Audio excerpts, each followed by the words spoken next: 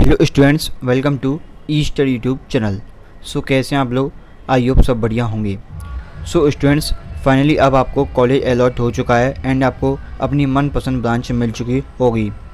सो एक बार आप कमेंट्स में जो उसे लिख दीजिएगा आप कौन से कॉलेज से हैं एंड आपको कौन सी ब्रांच मिली है, ठीक है। सो फर्स्ट ईयर वालों स्टूडेंट्स, फर्स्ट सेमेस्टर का सिलेबस आज की इस वीडियो में डिस्कस करने वाले हैं। कौन सा सब्जेक्ट आपको पढ़ना है, किस सब्जेक्ट में सबसे ज़्यादा बच्चे फेल होते हैं, कौन सा सब्जेक्ट सबसे ईजी रहता है, किस सब्जेक्ट में सबसे ज़्यादा बैक लगती है, कौन सा सब्जेक्ट सबसे कठिन रहेगा, सब कुछ एक ही वीडियो में बात करने वाले हैं। सो अब आपके मन में प्रश्न उठता होगा कि ये कौन सी ब्रांच का वीडियो बना रहे हैं आप, ठीक है। सो ये सभी ब्रांचेस का एक ही वीडियो है, यानी सभी ब्रांचेस में फर्स्ट ईयर में एक ही सिलेबस कर दिया है बीटीपी वालों ने, ठीक है। चाहे आपकी कोई ब्रांच हो, सिविल हो, इलेक्ट्रिकल हो, मैकेनिकल हो, कंप्यूटर साइंस हो, आईटी हो, एग्रीकल्चर हो, टेक्सटाइल हो, सभी ब्रांचेस का एक ही सिलेबस रहने वाला है, ठीक है। जितनी भी ब्रांचेस हैं 42 ब्रांचेस हैं, इन सभी का फर्स्ट ईयर सिलेबस जो है वो सेम रहेगा। चाहे वो डेयरी इंजीनियरिंग हो, चाहे टेक्सटाइल केमिस्ट्री हो, टेक्सटाइल इंजीनियरिंग, फूड टेक्नोलॉजी हो, सब ब्रांच का एक ही सिलेबस रहने वाला है, ठीक है। सो आपके जो फर्स्ट सेमेस्टर में सब्जेक्ट रहने वाले हैं वो आपके टोटल 7 सब्जेक्ट रहने वाले हैं, ठीक है। फर्स्ट है आपका मैथमेटिक्स फर्स्ट, दूसरा है फिजिक्स फर्स्ट, थर्ड है अप्लाइड केमिस्ट्री, फोर्थ है communication skills in English, fifth है इंजीनियरिंग ग्राफिक्स, फिर सिक्स्थ है engineering workshop practice and last है स्पोर्ट्स एंड योगा। अब देख लेते हैं इसमें से आपको कौन सा एग्ज़ाम देना है, कौन सा एग्ज़ाम नहीं देना है, ठीक है।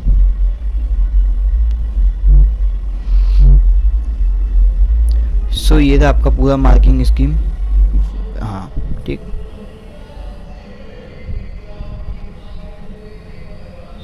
बस आपका इतना ही काम का है सब, ठीक है। अब देखिए,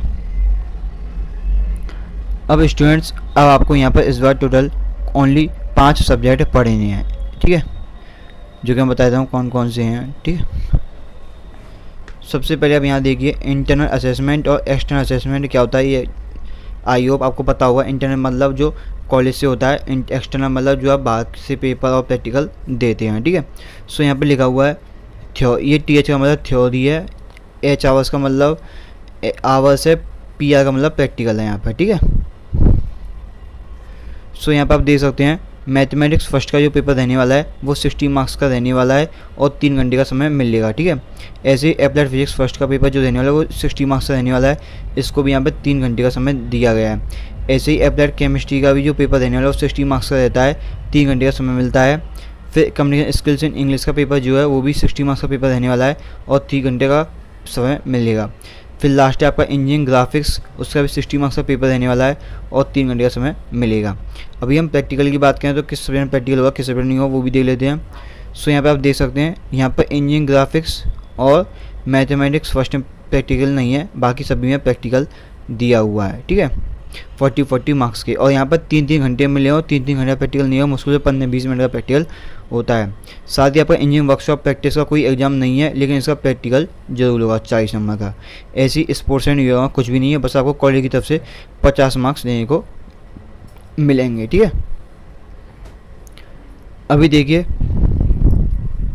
mathematics first, applied physics first और अप्लाइड केमिस्ट्री, ये 3 सब्जेक्ट ऐसे हैं जिसमें सबसे ज़्यादा बैक लगती है बच्चों की, ठीक है। अभी मैं डिस्क्रिप्शन में एक वीडियो की लिंक डालूंगा रियलिटी की, आप वहाँ से देखना। फाइनल ईयर वालों की फर्स्ट सेमेस्टर में जिनकी बैक आई थी उनको फाइनल ईयर तक भी नहीं निकलती है, उसमें भी बैक लग जाती है जब वो बैक पेपर देते हैं, ठीक है। एक बार जो से आप उस वीडियो को देख लेना, उससे आपका पूरा जो डाउट है वो सब असली में बदल जाएगा, ठीक है, रियल में बदल जाएगा। इसलिए फर्स्ट सेमेस्टर के सिलेबस को हल्के में मत लेना। कम्युनिकेशन स्किल्स इन इंग्लिश है, बेसिक इंग्लिश ही रहती है। जैसे आपने अभी तक इंग्लिश का एग्जाम दिया है, जैसे आप फ्रेजेस, इडियम्स, फ्रेजेस, आपका टेंस हो गया आपका, और लेटर राइटिंग होगा, एप्लीकेशन लिखना हुआ, है ना, ये सब आप जो पढ़ के आते हैं बस वही एक तरह से है, ठीक है। पैराग्राफ में से जो आंसर छाड़ते हैं वो हो गया, है ना, प्रोनाउन नाउन हो गया, ये सब आप जो पढ़ के आए हैं बस वही एक तरह से कम्युनिकेशन स्किल्स इन इंग्लिश दिया हुआ है, ठीक है। ये भी आप अच्छे से कर लेंगे। 10th में आप बेसिकली पढ़ के आएंगे तो आराम से हो जाएगा, कोई टेंशन लेने की जरूरत नहीं है। इंजीनियरिंग ग्राफिक्स की बात करें तो ये इंजीनियरिंग ड्राइंग है, इसका नाम बदल दिया है। हमारे टाइम पर इंजीनियरिंग ड्राइंग थी तो ये इंजीनियरिंग ग्राफिक्स कर दिया गया है। बेसिकली आपको 3D मॉडल्स देने को मिलेंगे, उसकी आपको front view, front view, top view, side view बनाने पड़ेंगे और आपको निरपेक्ष भिन्न बनाना पड़ेगा। हेक्सागोनल का कुछ ऐसा था और पूरा याद नहीं है मेरे को, लेकिन जो जो इम्पोर्टेंट्स हैं जो मैं वो जितना मेरे को याद है वो बता रहा हूँ, ठीक है ना। इंजीनियरिंग ड्राइंग में बेसिकली यही होता है। इंजीनियरिंग वर्कशॉप प्रैक्टिस में क्या होगा, आपको फर्स्ट सेमेस्टर में आपसे जॉब बनवाई जाएगी। जॉब मतलब आपको हो सकता है पेंटिंग में, हाँ पेंट करवाते हैं कॉलेज वाले गेट वगैरह पर, है ना। और फिर आपका प्लम्बिंग, पाइप में रिंच बांधना सिखाएंगे। पाइप में रिंच कैसे लगाते हैं, प्लम्बिंग में ये होता है।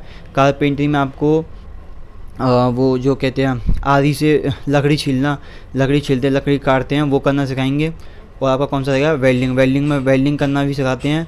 और एक आपका होता है इलेक्ट्रिकल जॉब। इलेक्ट्रिकल में आई थिंक मुझे याद नहीं आ रहा है, पूरा याद नहीं आ रहा है उसमें कुछ, हाँ इलेक्ट्रिकल नहीं थी, सॉरी दूसरी थी, नाम पूरा याद नहीं आ रहा। उसमें क्या था, आपको एक रॉड मिलेगी, वो आपको काटना पड़ता है ना, वो सिखाते हैं। लेकिन इसकी एक फ़ाइल बनेगी, इसका कोई एग्जाम नहीं होता, बस फाइल में वाइवा के टाइम पर क्वेश्चन पूछे जाते हैं, ठीक है ना।